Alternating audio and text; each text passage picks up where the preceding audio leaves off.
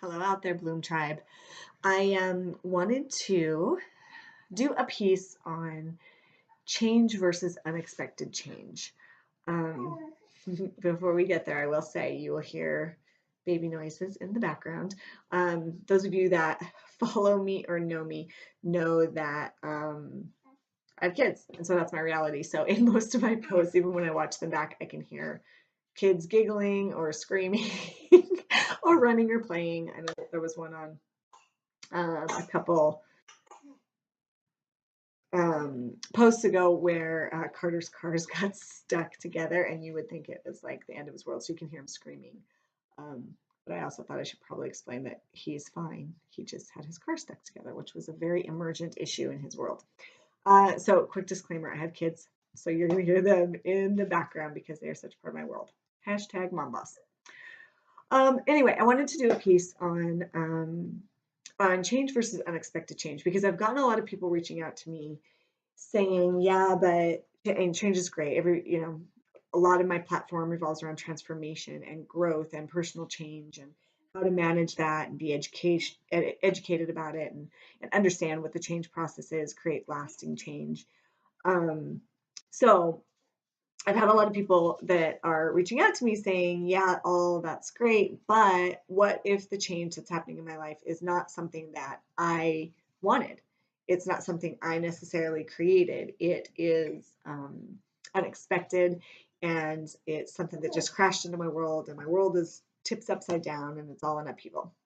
And that can happen. I mean, we have different kinds of change that come into our life. We have change that we are the creators of, that is a result from very hard work and listening to our inner souls and acknowledging that you need a change.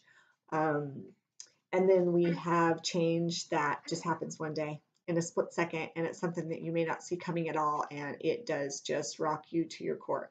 It can be relationship changes or the end of a relationship. It can be a health crisis. It can be the loss of a loved one, a sudden loss of a job or a career.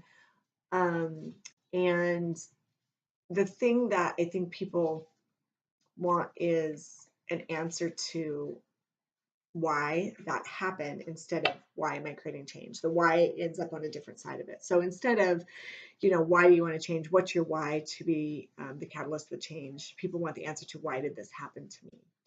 And I have the stance on this, and I firmly believe that in both situations, um, you can be the driver of the change and the creation of the change. You just have to put yourself in the driver's seat. Instead of when change happens to you, getting stuck in that victim mentality of why did this happen to me and I don't have any control. You just need to realize that the control lies in a different area.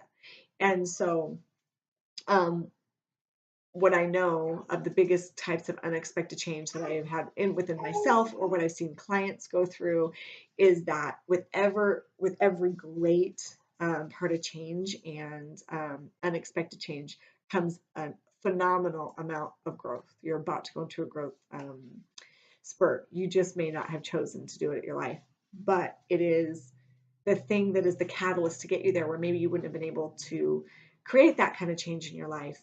And so if it is like a sudden death of a loved one, I've had women lose their spouses and then their whole world is completely different. And the most successful clients that I've had in that situation are the ones who don't sit in the victim seat, but they put themselves in the driver and say, okay, maybe I didn't premeditate this change, but what can I do to build the life I want now? And that is the same as when you're driving expected change. It's just when you get in that driver's seat. And so to acknowledge you are very capable of building something out of change, whether it's something that you've been thinking about for a long time and teetering with whether you want to do, and then you finally take that leap, or something comes out of the universe on an unexpected day and lands in your lap that you don't expect. The reality is you can drive and you can build a beautiful thing out of both.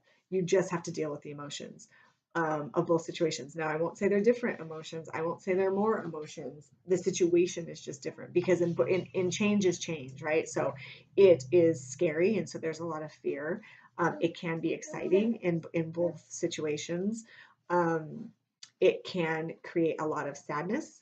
It can create a lot of happiness and joy. So all of those emotions that go with change are the same. You just have to deal with it and not shy away. You have to grab it by the horns and you have to take that change and you have to drive where you want to go with it.